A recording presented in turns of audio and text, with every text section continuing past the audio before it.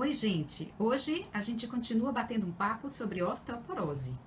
Qual é a importância da gente falar da osteoporose? Primeiro, a nossa população está envelhecendo, mas também porque ele é importante problema de saúde pública, já que tem uma alta mortalidade, uma alta morbidade, ou seja, as pessoas adoecem por conta da osteoporose e o custo para tratar a osteoporose é elevado. Então, fiquemos atentos aos fatores de risco. Estamos aqui para ajudá-los, não para assustá-los. Portanto, se tem algum fator de risco, se você tem algum fator de risco, que a gente já comentou no bate-papo anterior, e vamos falar um pouco aqui.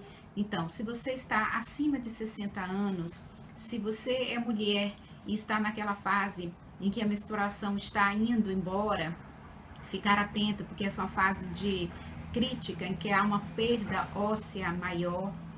Se tem algum antecedente familiar, pai, mãe, irmã que tiveram osteoporose, magreza, falamos sobre índice de massa corpórea na aula anterior, uma dieta pobre em cálcio, se fuma, deixa de fumar, se fuma, se bebe, então são coisas a serem modificadas, hábitos de vida a serem modificados. Se também é sedentário, ou seja, não faz exercício físico, também.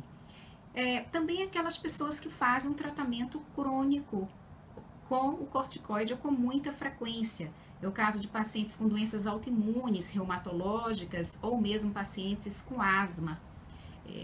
Os pacientes também com artrite e espondilite anquilosante, outras doenças inflamatórias, tendem também a ter uma destruição óssea mais frequentemente. Se você tem doença celíaca, que é uma doença rara, mas que é uma intolerância, né, ao glúten, ingestão de glúten, acaba tendo também uma absorção diminuída do cálcio. Então, devem estar mais atentos às medidas de proteção do osso. Mas como é que eu sei que eu tenho osteoporose ou não? Ora, nós não queremos chegar na osteoporose, né, no diagnóstico da osteoporose, queremos chegar antes. A osteoporose ela pode ser diagnosticada quando se observa clinicamente uma diminuição da altura e então um achatamento das vértebras porque já houve fratura. Não queremos chegar a esse estágio.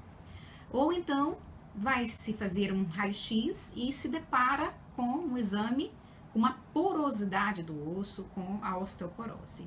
Existem alguns exames para medir essa densidade óssea, para estimar essa densidade óssea, como por exemplo ultrassom, tomografia e outros. O mais comum de uso habitual para a maior parte dos estudos científicos é o DEXA, que é o raio-x, a densitometria óssea. Este é um exame então indolor e que o paciente é colocado deitado na maca e passa então um aparelho sobre ele, né, como se fosse um arco, portanto é indolor, não é fechado, e a partir daí vai medindo em vários lugares essa densidade óssea. Habitualmente se faz da coluna e também do fêmur. Em alguns casos específicos pode-se fazer, né, do rádio, de um ossozinho do braço, mas isso em casos raros. O habitual é avaliar a coluna vertebral e avaliar o fêmur, e com essas informações a gente sabe mais ou menos como está a situação de todo o esqueleto, né, de toda a parte óssea. É importante frisar que tanto a execução do exame como a interpretação do exame deve ser feito por um médico realmente capacitado, porque ele precisa estar atento se, por exemplo, for medir o osso no local que tem um depósito de cálcio, essa densidade mineral óssea vai ser mais alta do que ela realmente é.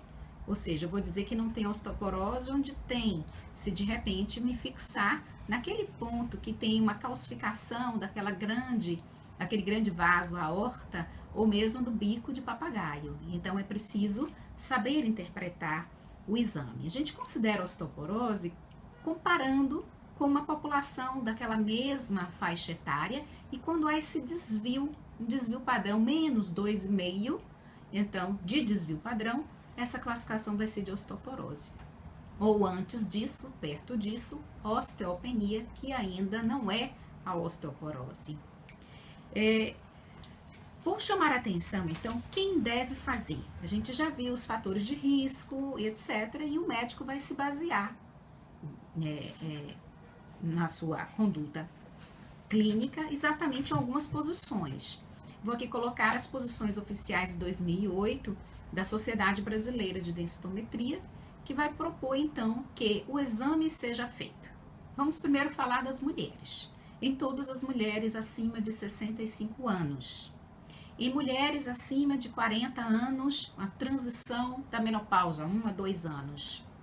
De mulheres que deixaram de usar a terapia hormonal.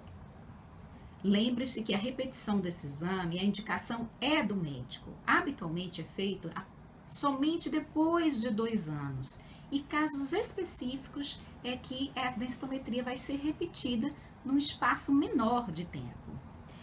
Homens, fiquem atentos. Aqueles que estão acima de 70 anos devem fazer a densitometria, ou aqueles que têm acima de 50 anos, mas com fatores de risco. Se já é um paciente que fraturou, também tem que fazer a densitometria para acompanhar como que a medicação está funcionando. Ou então em uso porque fraturou, ou porque já faz uso de medicação, ou que já se sabe que tem uma perda óssea. Esses seriam assim os pontos importantes. Já há muito a gente vem percebendo que só avaliar a densidade mineral óssea, a densitometria, não é suficiente para evitar que esse paciente apresente uma fratura. É importante, então, fazer uma comunhão de fatos. Aí existe um algoritmo que até pode ser baixado, a tecnologia pode ser baixada até no celular, no Apple, né? É o FRAX. O que esse algoritmo faz? Ele vai pedir para você preencher alguns dados, como, por exemplo, a idade, o sexo, se fuma, se bebe, se faz exercício físico, se tem alguma doença, etc. E ele, então, vai calcular depois a probabilidade, a possibilidade de ter fratura nos próximos 10 anos. Esse é um algoritmo, mas um médico experiente, ele vai entender que se eu estou diante, por exemplo, de uma osteopenia, mas trata-se de um paciente com tais e tais características, eu já vou tratar como se fosse osteoporose. Portanto, assim nós terminamos a aula de hoje, que é sobre diagnóstico, e o mais importante é que se você tem algum dos fatores de risco, alguma doença que você precisa equilibrar melhor, tratar melhor, se você ainda fuma, deixa de fumar, se bebe, então também as mudanças de hábito, mas a gente vai continuar falando e dando dicas de como eu posso, por exemplo, substituir o leite por também alimentos ricos em cálcio. E se for usar o leite, por exemplo, do arroz, ele precisa ser acrescido de cálcio. Mas a gente vai falando aos poucos sobre isso. Se você gostou do vídeo, marca lá, curtir, compartilha, se inscreve no canal, porque nós vamos ter sempre novidades. Um grande abraço!